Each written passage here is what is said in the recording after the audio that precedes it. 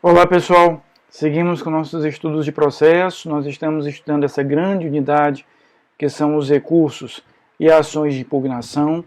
Nós já vimos em aulas anteriores a teoria geral dos recursos, já vimos o recurso em sentido estrito, já vimos o agravo de execução, hoje já vimos a apelação.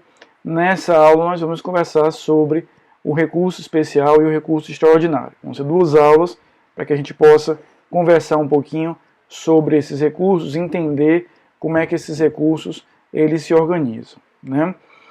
Primeira coisa, é importante que a gente entenda que quando a gente fala de recurso especial e de recurso extraordinário, nós estamos falando de recursos que não são recursos originalmente criminais. Eles são recursos de matriz constitucional, portanto são recursos cujas hipóteses de cabimento estão no texto da Constituição Federal, são regulamentados por normas de direito processual constitucional. Então nós vamos efetivamente até a Constituição e tomamos emprestados aqueles recursos para os utilizar conforme as peculiaridades, as características de cada um desses processos. Então, processo civil, o processo penal, processo administrativo, processo tributário, até mesmo processo do trabalho, eles têm seus recursos próprios, né, seus recursos regulamentados, definidos aí dentro das suas normas especiais próprias.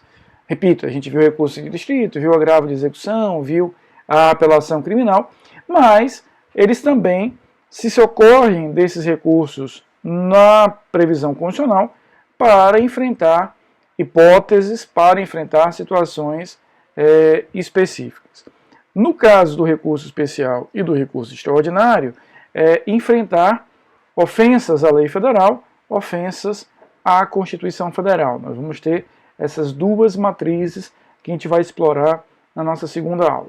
Nessa aula, eu quero conversar com vocês sobre as características gerais desses recursos e quais são as hipóteses, quais são os requisitos formais para a admissibilidade do recurso especial e do recurso extraordinário. Ou seja, que requisitos eu preciso observar para que eu possa efetivamente ter aí o preenchimento desses elementos essenciais para o acolhimento, para a recepção do recurso especial e do recurso extraordinário. Então, primeira coisa é que tenhamos na cabeça que estamos falando de recursos constitucionais. São recursos efetivamente constitucionais, recursos que têm como estrutura todo o arcabouço previsto na Constituição Federal. Portanto, eu vou à Constituição, tomo emprestado esses recursos, mas eu preciso adaptá-los à realidade do processo criminal. Eu preciso fazer uma adaptação à realidade própria do processo penal, do processo criminal. Diante dessa perspectiva, diante dessa determinada realidade, nós vamos ter que perceber quais são as adaptações, as compatibilizações que precisamos ou devemos fazer. Primeira delas, o recurso especial e extraordinário tem como característica, esses recursos, eles não discutirão questões de fato, eles discutem questões apenas de direito. Então, todas as discussões, contestações, impugnações sobre o fato em si ficam até o juízo de segundo grau. Então, o juízo de primeiro grau e os tribunais de segundo grau, Tribunal de Justiça, Tribunal Regional Federal, estes são os foros, os espaços, os ambientes adequados para que eu possa discutir sobre o fato em si. Se ele atirou, se não atirou, se atirou da direita ou da esquerda, se a lesão foi de tal ordem ou de qual ordem, se ele subtraiu 10 mil ou 15 mil, né, se houve determinado resultado praticado pela lesão ou não, provocado pela lesão ou não. Ou seja, todas essas discussões de fato devem ser travadas até o segundo grau. Elas precisam ser travadas até o juízo de segundo grau. Superado esse momento do segundo grau, a gente já não tem efetivamente como discutir isso. É como se eu tivesse aí uma peça de argila que até o segundo grau eu posso moldá-la, eu posso modificá-la. Mas quando eu encerro a discussão no segundo grau, é como se aquela peça se solidificasse, eu a colocasse, por exemplo, num forno, ela esquentasse, ela se torna rígida e aí eu já não posso mais moldá-la. Se eu quiser moldá-la daqui para frente, eu vou quebrá-la, eu vou romper efetivamente essa peça. Então a ideia aqui é que eu posso fazer discussões sobre o fato até efetivamente a decisão ser exaurida, ser esgotada no segundo grau. Daí para frente, eu já não tenho mais espaço para fazer discussões sobre o fato. Aí eu vou discutir apenas direito. Portanto, o foco do recurso especial e do recurso extraordinário é um foco de direito, é um foco relativo, efetivamente, à discussão sobre o direito. O direito legal federal, no caso da esfera do STJ, lá com recurso especial, ou o direito constitucional, no caso do recurso extraordinário lá do STF. Então eu preciso ter essas duas estruturas para bem identificar, bem compreender, bem assimilar essas questões. Então eu preciso efetivamente ter, diante dessa perspectiva, a ideia de que no momento em que eu exauri, que eu esgotei a minha discussão no segundo grau, daí para frente é direito que eu vou discutir. Eu costumo dizer, claro que com uma certa brincadeira, mas só pelo esforço didático, pedagógico, que você diga o seguinte: olha, até o segundo grau eu vou chegar no meu recurso e vou dizer, olha, houve um erro no meu direito. Daí para cima, eu preciso ter, e aí vai a brincadeira, a sorte, já que de sorte não tem nada, mas eu preciso ter a sorte de que aquela determinada decisão, aquele determinado processo, contenha um defeito, uma ofensa à lei federal ou à lei constitucional, para que eu seja beneficiado. Ou seja, para que eu leve aquela discussão para uma instância superior, eu preciso ter, acima de qualquer coisa, previamente, a ofensa ao direito, a ofensa à Constituição. Então, a ofensa ao direito federal, a ofensa ao direito constitucional são elementos essenciais. Se eu der a sorte dessa ofensa ter ocorrido no meu caso e me prejudicado, eu vou me capacitar, ter o direito a ter esse recurso. Senão, eu vou ficar com a decisão do segundo grau, cabe a mim simplesmente me conformar. Tá? Uma outra característica que esse recurso possui, que a gente precisa entender, porque ela tem um efeito muito característico, muito pesado e objeto, inclusive, de discussão muito intensa nos últimos anos, até o ano de 2019, ano passado, é a questão do efeito. O recurso especial e o recurso extraordinário, eles não possuem efeito suspensivo. Então, quando eu interponho um recurso especial, quando eu interponho um recurso extraordinário, se eu estiver olhando apenas sob o prisma do direito processual constitucional, não teremos efeito suspensivo. Ponto. Ocorre que quando eu trago esses recursos para a realidade do processo penal, lembra o que eu falei agora há pouco no início da aula. Esses recursos são recursos constitucionais, tem uma previsão ali como um grande guarda-chuvas, mas quando eu trago para a realidade do meu processo, seja o processo penal, seja o processo civil, seja o que for, eu preciso ter em mente de que aquele determinado recurso precisa passar por adaptações, ou seja, por ajustes para que ele possa se encaixar perfeitamente na realidade daquele processo, porque afinal de contas ele foi gestado, ele foi pensado para uma outra realidade, ele é imaginado para uma outra realidade. Então, dentro dessa perspectiva, eu preciso fazer essas adaptações. E aqui é uma das importantes, talvez a mais importante adaptação. Por quê? Porque, secamente, diante da matriz do direito processual constitucional, esses recursos não possuem efeito suspensivo. Ponto.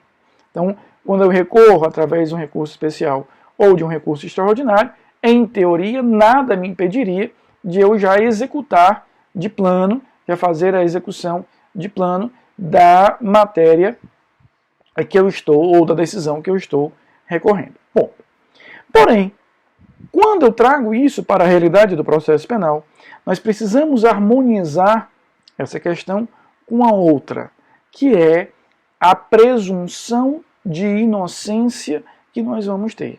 É a presunção de inocência que nós vamos efetivamente ter.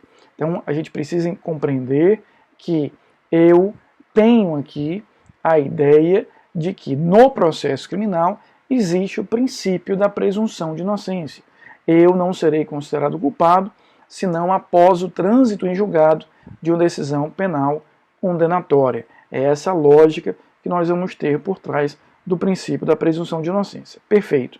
Diante dessa perspectiva, diante dessa realidade, o que nós vamos ter é a ideia concreta, robusta, de que no processo penal, mesmo não possuindo efeito suspensivo, por força da aplicação do princípio da presunção de inocência, nós não teremos como executar aquela decisão depois da confirmação do segundo grau.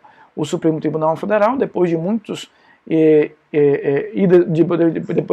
idas e vindas, né, ele tinha um entendimento, mudou esse entendimento em 2009, depois volta a mudá-lo em 2016 e ano passado, em 2019, volta a mudá-lo novamente, tá certo? Então, o que o Supremo declarou no final do ano passado, uma decisão muito apertada aí, de 6-5 pelos membros do Supremo, é que não se pode executar a pena após a confirmação da condenação no segundo grau.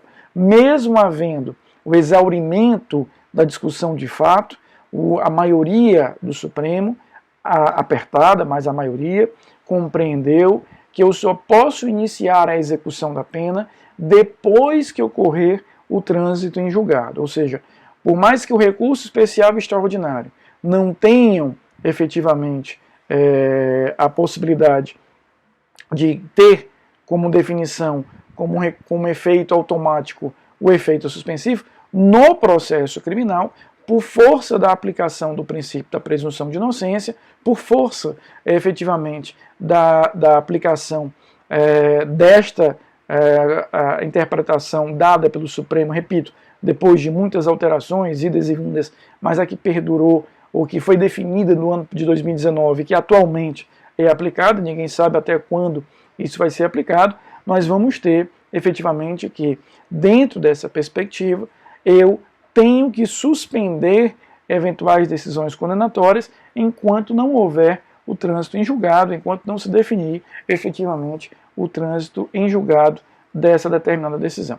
Então, nós vamos perceber, diante dessa realidade, a existência concreta da aplicação desse efeito suspensivo diante desse determinado cenário, que é a existência robusta, concreta, efetiva, racional da incidência do princípio da presunção de inocência. Então, são recursos de matriz constitucional, são recursos em que eu vou tomar emprestado para que eu possa efetivamente compreender a lógica desses recursos. Eles discutem apenas questões de direito, não discutem questões de fato, e eles vão efetivamente no processo criminal, repito, por força do entendimento exarado no Supremo Tribunal Federal no ano passado, ter de forma oblíqua que seja, a aplicação do efeito suspensivo. Então não é que eles têm efeito suspensivo, eles passam a ter no processo penal por força da incidência externa do princípio da presunção de inocência. Ou seja, de forma externa, nós vamos ter aí o princípio da presunção de inocência, o que caracteriza efetivamente, dentro dessa realidade, dentro dessa perspectiva, a ideia de que no processo penal eu só posso executar a pena após o trânsito em julgado. Então, nós vamos seguir com outras aulas sobre o recurso especial extraordinário. Nós vamos ter 3 aulas sobre o recurso especial extraordinário. Essa, que nós acabamos agora, outra que nós vamos ver os requisitos para o conhecimento formal. Eu vou preferir dividir em 3 aulas, para que fique um pouco mais fácil para vocês. Então eu tenho essa primeira, eu faria 2, mas acho mais didático que a gente faça 3 aulas. Essa primeira sobre as características gerais desse recurso, outra sobre os requisitos formais e outras sobre as hipóteses de cabimento. Ainda sobre as características gerais que a gente está vendo aqui, é importante que a gente perceba que toda a regulamentação do procedimento é dada pela estrutura do processo constitucional. Portanto, o prazo para interposição é de 15 dias. Numa petição, nesse prazo, é o prazo comum tanto para o recurso especial quanto para o recurso extraordinário, ou seja, se eu quero apresentar os dois, eu preciso observar esse mesmo prazo, tá certo? Não tem um prazo para um, outro prazo para outro, ou seja, daquele acordo do Tribunal de Justiça, eu quero apresentar o recurso especial e o extraordinário. Eu entendo que há uma ofensa à lei federal, há uma ofensa à Constituição Federal. Eu tenho o mesmo prazo de 15 dias para fazê-lo, então preciso fazer isso dentro do mesmo prazo, é isso que a gente vai ter que seguir. E a admissibilidade é feita no primeiro momento pelo segundo grau, então quem vai fazer essa admissibilidade é o Tribunal de Justiça, é o TRF, mas ela vai ser feita também pelo juízo do Tribunal Superior, ou seja, o STJ, o STF, ao recepcionar aquele recurso que foi encaminhado pelo Tribunal de Segundo Grau, refaz a admissibilidade, reanalisa os aspectos formais para saber se vai conhecer ou não. Então, um prazo de 15 dias, nesses 15 dias eu tenho que apresentar a minha petição de interposição e as razões. Aqui a gente abandona aquela lógica que nos acompanhou nas últimas aulas. Lembra que no recurso sentido estrito, no agravo de execução e na apelação eu tinha um prazo para recorrer, um prazo para razoar, né? Lá no recurso sentido estrito eram 5 dias, razões em 2 dias. No caso da apelação, 5 dias, 8 dias para razoar. Aqui não, são 15 dias para que eu apresente aí tanto a petição de recurso quanto as respectivas razões, tá certo? Repito, vamos ter mais 2 aulas, uma onde nós vamos ver os requisitos formais para a admissibilidade desse recurso e uma outra onde nós vamos ver as hipóteses de cabimento desses recursos.